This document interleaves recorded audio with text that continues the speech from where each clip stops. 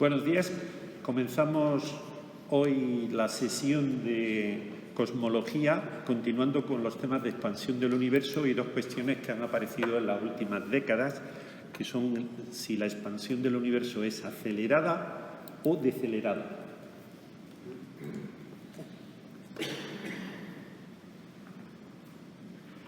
En 1998, 99-2000, hubo unos descubrimientos muy importantes, sobre todo por equipos de observación astrofísica y astronómica de Estados Unidos, estudiando lo que son las supernovas 1A, ¿no?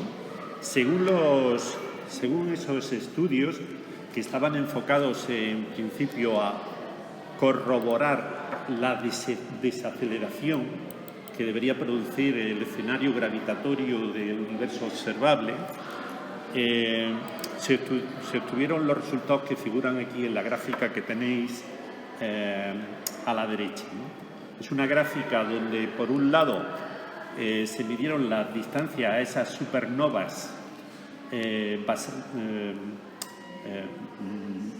basándose en el brillo y la luminosidad de referencia de esos objetos, comparado con el descorrimiento al rojo que se midió a partir de los espectros galácticos, viendo cómo la longitud de onda característica de esas curvas asociadas a esas supernovas se desplazaba al rojo. Estos equipos al final compararon lo que se estaba midiendo experimentalmente con lo que teóricamente debería observarse en un universo, digamos, que estuviera en expansión, pero no acelerada, que es lo que veis en la línea de puntos azul, que comparada con la línea curva de color verde medida, se observaba que había una clara discrepancia, ¿no? La conclusión es que si observáis aquí, a mayor desplazamiento al rojo, mayor Z, la curva nos da que estas supernovas son más tenues, con una mayor velocidad de recesión de lo que se esperaba, lo cual la conclusión científica es que había una aceleración digamos, la expansión se constató que estaba acelerada, ¿no? Todos estos estudios científicos al final incluso fueron respaldados con el otorgamiento del Premio Nobel en 2011 y prácticamente en esta etapa se concluyó de que había una evidencia científica y experimental de este proceso de aceleración de la expansión. Unos años después, justo en el año 2023, 24, 25, actualmente, se empezó sobre todo por un estudio que se llama DESI, se empezó a reflexionar y a cuestionar estos datos. Uno de los primeros datos importantes que se revisó es que los valores de referencia de las luminosidades de esas supernovas no era tan estándar o tan normalizado como se creía, sino que con un estudio más minucioso lo que se observó era que había una variabilidad, era variable y dependiente de la edad de la galaxia progenitora o de la galaxia donde estaba localizada esa supernova. Y en vez de ser un valor de referencia, digamos, constante, lo que se obtuvo es una curva que es la que veis aquí arriba a la derecha, donde se observaba que las galaxias más jóvenes, las supernovas, son más tenues, ¿no? Entonces, si en vez de un valor constante se utiliza esta línea verde, que es una recta, donde hay una corrección de la luminosidad dependiendo de la edad de la galaxia donde está la supernova, se obtenían unos valores de referencia diferentes y, por lo tanto, de esas luminosidades y de las distancias a las que están las supernovas, ¿no? Todo esto también, nos permite, a partir de estos estudios de los espectros galácticos, se deduce esta edad de las galaxias, ¿vale?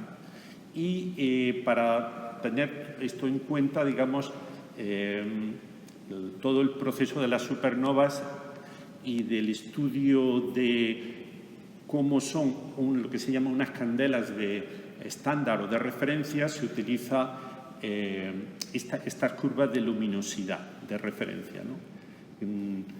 Que además hay que tener en cuenta este dato que tiene un impacto que ahora veremos muy importante, que es la edad de la galaxia donde está localizada la supernova, ¿no? Y hay un efecto especialmente en las galaxias más jóvenes, que son las que están más distantes, que son las que están en lo que es el universo primigenio. Y como profano total que soy, ¿cómo se puede determinar la edad de la galaxia? Si la galaxia está compuesta por millones de estrellas, ¿no? La edad de la galaxia,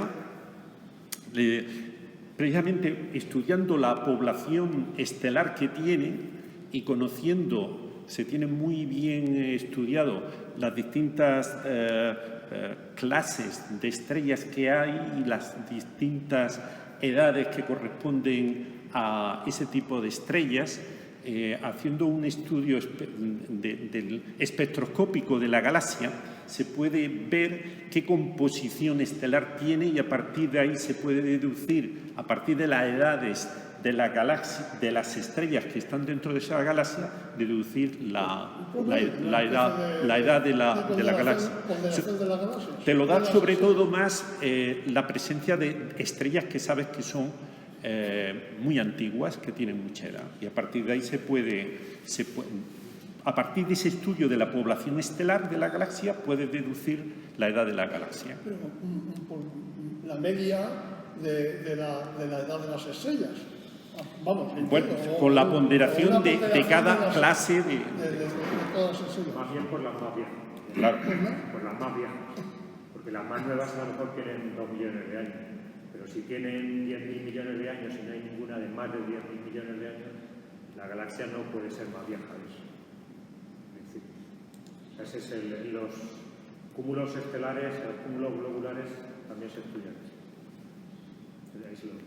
Y luego por la distancia, ¿no? Si estamos viendo galaxias que están a 13.000 millones de años luz, es que ya estaban en esa época. En ese caso también puede ser. Con el desplazamiento del corrimiento al rojo, también, con el estudio del Z, que eso se saca del desplazamiento del espectro hacia longitudes de onda más largas, puedes también medir esa distancia cósmica y de ahí puedes deducir cuántos años después del Big Bang están situadas esas galaxias. ¿Y la distancia está relacionada directamente con la edad de un objeto astronómico? Sí, desde un punto de vista cósmico. ¿Sí? Desde un punto de vista si cósmico. Tú la estás viendo, es que la luz, como mínimo, ha estado todos esos años viajando. Si no, no lo verías. Habrá otros objetos que pudieran estar más lejos, pero que la luz no nos ha llegado, ¿no? Pero hay objetos cercanos que son más viejos que otros lejanos. Las que son cercanas, esas son antiguas. O sea, la galaxia Andrómeda está a 2,5 millones de años luz, pero tendrá, no sé, 8.000 millones o 10.000 millones. Tú has preguntado cómo podemos saber. No, lo que quiero decir es que primero pregunté eso, sí, y ya me doy por enterado que sacarán una ponderación de la edad de la población estelar. De la población estelar. La pregunta, la siguiente es lo que te dice. ¿Está relacionado la edad de un objeto astronómico con la distancia respecto de nosotros? Sí y no. O sea, si tú estás viendo una luz que ha estado viajando durante muchísimos años, pues para que haya llegado hasta nosotros, como mínimo, esa galaxia tendrá que tener esos años, si no, no nos hubiera llegado la luz. ¿Es así o no? Sí. Unas serán más jóvenes y otras serán más viejas. Hay igualdad de distancia. Igualdad de distancia, correcto. Ese es mi planteamiento. Por eso... Pero cuanto más lejos esté, más vieja, claro. Porque vamos a ver, a nivel cósmico, hablando a nivel cósmico, Miguel, a nivel cósmico, cuando tú observas el firmamento, el universo, la velocidad de la luz es constante y es finita. Entonces, si tú además de objetos muy distantes eres capaz de hacerle un espectro, ver sus longitudes de onda, características de ciertos fenómenos que son intrínsecos y característicos, los objetos que están muy distantes sufren un mayor corrimiento al rojo y cuanto más distante, mayor ese corrimiento al rojo. Y a partir de ese valor de lo que se llama el parámetro Z, tú puedes deducir la edad. El tiempo que ha estado la luz viajando hasta llegar a nosotros. El corrimiento al rojo tiene relación con a qué velocidad se está separando de nosotros, no tanto con a qué distancia está. También está el factor de velocidad de recesión. La velocidad de recesión, todo esto, si queréis, lo vimos en la charla del otro día, que incluso depende del modelo que estén manejando, es este tiempo, estas distancias que estamos hablando, hay unas ecuaciones que te permiten calcularlo, digamos, es este fenómeno que llamamos el túnel del tiempo, digamos, que los objetos que están más distantes sufren mayor corrimiento al rojo y la luz ha tardado mucho más tiempo en llegar hasta nosotros, ¿vale? No, es complicado, yo estoy un poco con Miguel, o sea, que la luz, tú estás viendo la luz de una galaxia muy lejana y otra muy cercana. No quiere decir que la más lejana sea más antigua. La luz que tú estás recibiendo es más antigua, pero la galaxia puede ser más antigua. Estamos hablando...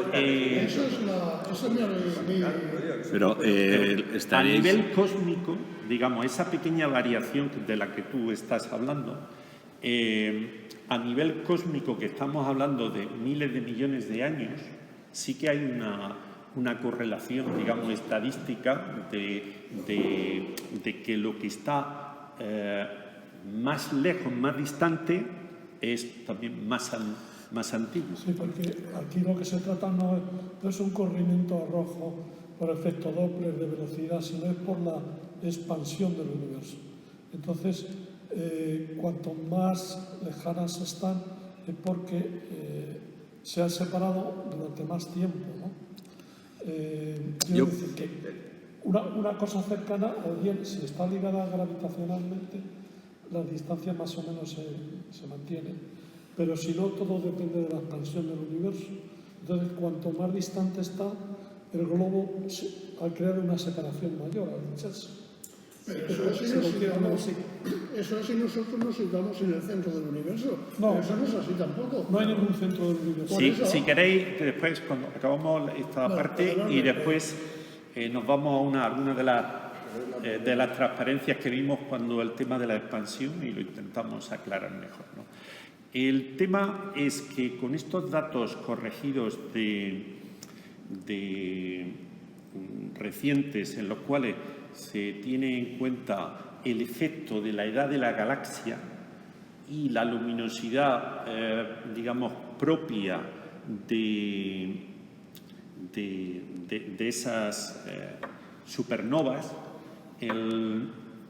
para ajustar mejor toda esta información de todas las curvas que se obtienen de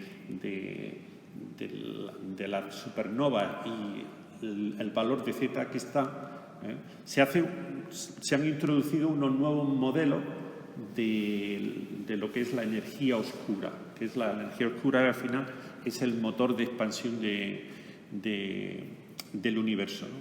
Y el modelo estándar de referencia, que se llama lambda CDM, ese establece que la relación que hay entre la densidad de la energía y la presión están relacionadas por un parámetro que se llama W, ¿no? En el caso del modelo estándar, este valor de W es -1 y es constante, ¿no? Con los nuevos datos, los modelos que se han introducido para correlacionar lo que se está midiendo experimentalmente con este parámetro nuevo que tiene en cuenta la edad de la galaxia progenitora, los modelos que son más complejos, y se ha visto que el ajuste experimental, este W en realidad es una función que depende de la etapa del universo. Digamos, para ajustar estos datos se necesita que el W sea variable. Si observáis, esta es la curva que está aquí a la parte superior, se presenta el valor de W frente a Z, ¿no? Y lo que con estos nuevos datos experimentales y estos valores de ajuste, liderados por todo lo que son los datos del experimento DESI más el fondo cósmico de microondas, lo que se detecta es que el parámetro W tiene que ser variable. Veis aquí va que desde un valor de menos 0,7 hasta un valor superior a menos 1,4. El modelo estándar sería la línea punteada de color negro, ¿de acuerdo? ¿Qué conclusión sacan estos nuevos datos que están publicados? Y ha sido el año pasado y ha sido muy revolucionario, y es lo que se llama el experimento DESI, ¿no? Datos, las conclusiones del año pasado, 2025. Esta curva, que resume un poco todo esto, este conjunto de curvas, resume un poco la situación. En color negro está lo que es el modelo lambda CM estándar. Si, en esta curva es importante tener la línea punteada, marca el estado actual, digamos, hoy, digamos, ¿veis? Según el modelo lambda CM, estamos en este punto. En el eje Y está un parámetro que se llama el parámetro Q, que mide lo que se llama la deceleración, parámetro Q. De tal modo que la parte inferior de esta gráfica es un escenario de aceleración de la expansión y en la parte superior es un escenario de deceleración. Según el modelo estándar, a fecha de hoy estamos en un valor de menos 0,5, que significa que estamos en una situación, según el modelo estándar, de aceleración de la expansión. ¿Qué es lo que ha concluido los nuevos estudios? Especialmente la línea, por ejemplo, de color rojo, que marca esas correcciones que se han tenido en cuenta de los datos de la supernova y los datos de las galaxias. Pues que estamos en un punto, que es el punto de color rojo, donde la expansión está decelerada, ¿no? Hay otras situaciones intermedias, que son la línea azul o la línea verde. En la línea azul, considerando varios conjuntos de datos experimentales, por ejemplo, se concluye también que estamos en una etapa de expansión decelerada. Veis que la fisonomía de esta línea es muy parecida a la roja. O en este otro caso, es la línea verde, que aunque se plantea que actualmente estamos en una situación de expansión acelerada, la tendencia hacia el futuro es pasar también a un escenario decelerado, ¿no? Todo esto comparado con el modelo estándar, que siempre la proyección veis de la línea negra era un escenario de expansión acelerada con una continuación de esa... Yo sigo insistiendo en que yo creo que, en mi opinión, no se utilizan bien las palabras. Es decir, una cosa es que la expansión se esté acelerando o aumentando esa aceleración, y otra es que esa aceleración esté disminuyendo, pero sigue estando acelerada. Es decir, que no es, cuando hablamos de deceleración es un frenazo, y no creo que sea el caso. Es una disminución de la aceleración, que es diferente. Yo creo que no. En las de arriba, en las tres de arriba, está empezando a frenarse la aceleración. Hay que entender expansión. Podemos asociarlo como una velocidad, aunque hay que tener en cuenta que es lo que se llama velocidad de la expansión Hubble del espacio. Y el concepto de acelerar y decelerar es el mismo intuitivo que tenemos de cuando tenemos un vehículo a velocidad constante. Si está acelerando es que estamos pisando el acelerador, y si está decelerando es que estamos frenando.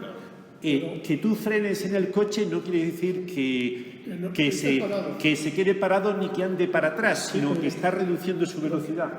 En primer lugar, lo que te quiero decir es que, siguiendo el símil del coche, tú no frenas, simplemente levantas un poco el acelerador. Sigues estando acelerado, pero menos. En cambio, cuando hablas de aceleración es que estás frenando. Está bajando la aceleración. No, cuando deceleración es que estás frenando. Es una aceleración negativa. Y yo creo que no es el caso. Deceleración es que y hay... de una velocidad h a una inferior. No, eso no es... La deceleración etimológicamente es... Vemos las tendencias que... El frenado es una aceleración negativa. Y no es el caso. Lo que ocurre es una disminución de la Si tú vas aceleración. a 100 km por hora y pasas a 90, estás decelerando.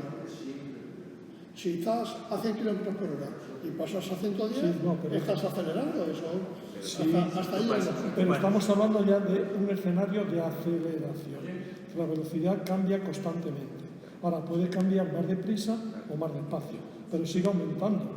Una aceleración constante quiere decir que siempre va a ir de 100 a 101, 102, 103, 104, Eso es. 105. Pero puede ir 120, 130. Correcto, sí. Vale, entonces, si va aumentando en vez de 10 en 10, aumenta de 5 en 5, ¿eso lo llamas decelerar? No, eso es aceleración. Si pasa Eso es lo que digo yo, que lo que está disminuyendo es la aceleración, pero no estás frenando. Si pasas de 0 a 100 en 10 segundos y luego de 100 a 200 en 5, Sigues acelerando, Pero menos. pero a menos. Factor Es que multiplicador. cuando hablas de deceleración es frenar, es una aceleración. Vamos a ver, si veis aquí las curvas son, para no discutir esas interpretaciones, lo mejor es utilizar las matemáticas. Las curvas ahí son muy claras, no son valores constantes. Claro, en el momento actual sí que tienen un valor puntual constante, pero después hay una tendencia creciente o decreciente, ¿de acuerdo? Y hay este umbral, este parámetro Q es un poquito, se define como está aquí abajo, es un poco sofisticado porque en el universo la expansión es justo, es que el propio espacio se expande, ¿de acuerdo? Entonces, la forma de definirlo se utiliza A, que es lo que se llama el factor de escala, y la definición que tiene el parámetro es un poquito sofisticada, porque el factor de escala es el que está ligado con esa expansión del universo. ¿Veis? Es la derivada segunda de A por temporal por A dividido por la primera derivada elevado al cuadrado. Entonces, un parámetro que tiene un parámetro científico que se define de esa forma. Mientras esa derivada sea positiva, estás acelerando. Siempre menos o más, pero estás acelerando. Aquí está claro cómo se define ese parámetro, y en el marco de expansión del universo es todos los valores que están por encima de esta línea son escenarios decelerados y los que están por debajo son escenarios acelerados, ¿no?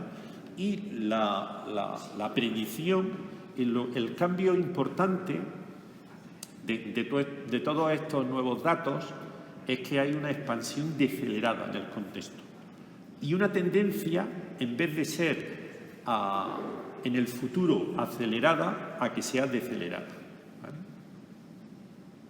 Pero esas tendencias acabarán siendo negativas en el movimiento, llegará realmente a comprimirse, porque si sigue bajando, sigue bajando. Ese es el escenario que hay aquí. Eso es. Si veis, entonces, lo que está esta primera Pepe, curva, que es el factor de escala, que lo que va midiendo es cómo se va expandiendo o también contrayendo nuestro universo observable. Pero ves, aquí estamos... se define la desaceleración es la acción o efecto de disminuir la velocidad. Sí. Luego el frenar. Si hablas de deceleración quiere decir que el universo se empieza a contraer. Sí. Sí, No, sí. pero la velocidad... A la larga sí. No, sigue expandiéndose. Si tú lo dejas sin ninguna aceleración, se sigue expandiendo la velocidad. Pero vamos no a ver, disminuye. esa aceleración, aunque sea lo que tú dices, se va disminuyendo la aceleración, llegará un momento en que la aceleración sea cero y luego será negativa. Eso es ya mucho suponer. No, eso no supone No, nada. Eso es lo que están diciendo los... La curva, mira, no, observar, esta es la curva del factor de escala. La curva del factor de escala. En la situación de aceleración es la curva azul. ¿De acuerdo? Ese factor de escala va creciendo. En la situación de deceleración es la línea naranja. Son las últimas propuestas. O sea, volvemos al Big Bang. Volvemos a lo que se llama el Big Crunch, digamos, bien, a que es. hacia el futuro los universos de tendencia decelerada son estos dos que aparecen aquí a la izquierda, ¿de acuerdo? Mientras que un escenario de expansión uniforme es el central y el que hace una década se consideraba ese escenario acelerado y de tendencia acelerada en el futuro es este escenario de universo, digamos, en forma de silueta, como O sea, si que fuera lo que una proponen trompeta. es una contracción, llegado un momento. Claro, la tendencia es... De hecho, si aquí se ve un poquito con más detalle, de nuevo lo que estamos comentando, la diferencia entre lo que hace una década se consideraba la tendencia del futuro del universo, que era la línea roja, ¿de acuerdo? Y los datos revisados de supernovas y demás, que sería la tendencia, sería la línea azul. Eso es radicalmente opuesto, ¿no? Exactamente. De hecho, pues está un poco en ebullición y discusión, porque incluso se concedieron en 2011 premios Nobel a esa consideración. Entonces, recuerdo una conferencia que tuvimos en Teruel en el curso de verano con los astrofísicos de Javalambre que explicaban, no ellos, porque vino gente de fuera, ¿no? Explicaban pues los escenarios y entonces eran hipotéticos. Y ahora, 10 años después, resulta que lo que se esperaba parece que puede ser distinto. Lo que era como tú estás contando, ahora se puede interpretar como que volvemos a... El Big Crunch. se llama el Big Crunch, que al final, digamos, este es el escenario de esos últimos datos bastante recientes, 2024-2025, sobre todo del experimento DESI, ¿no? Y esa revisión de corrección de las galaxias más antiguas se debe a la diferente metalicidad que tienen esas Sí, galaxias. correcto. No entra en profundidad ahí, pero si nos vamos para atrás, Porque las correcciones... no les ha dado tiempo a evolucionar. Sí. La curva característica luminosidad de una supernova 1A, desde el momento que se produce la explosión de supernova, tiene una curva de luminosidad que crece y que después decrece. Y está ligada con la desintegración de ciertos elementos, ¿no? Níquel, cobalto, hierro, y está ligado el que la edad de la galaxia influya en cuanto que la población de esos elementos radioactivos influya. En la curva que he comentado aquí, que está a la derecha arriba, se basa en una serie de medidas donde se hace esa correlación y ya con bastante valor científico. Veis aquí que se manejan datos de 5.5 sigmas, o sea, con una significancia estadística bastante sólida, que esto no se estaba teniendo en cuenta en la década de los estudios de 1998 a 2000 y demás. ¿De acuerdo?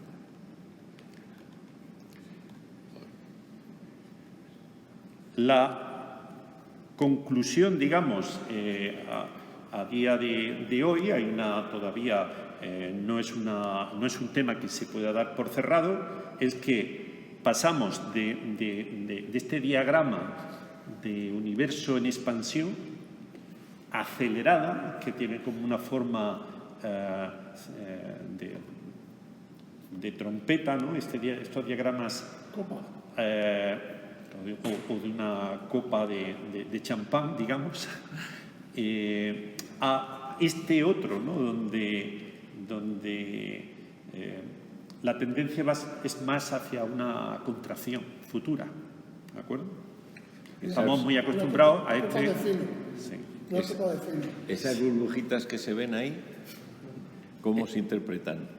Bueno, las burbujitas que se ven ahí, esto es dentro de nuestro universo observable, es un diagrama simplificado gráfico para que sea visible. Veis que se dibuja el Big Bang y la etapa de inflación como un puntito y después una zona con una pendiente muy grande, porque es un diagrama de tipo radial.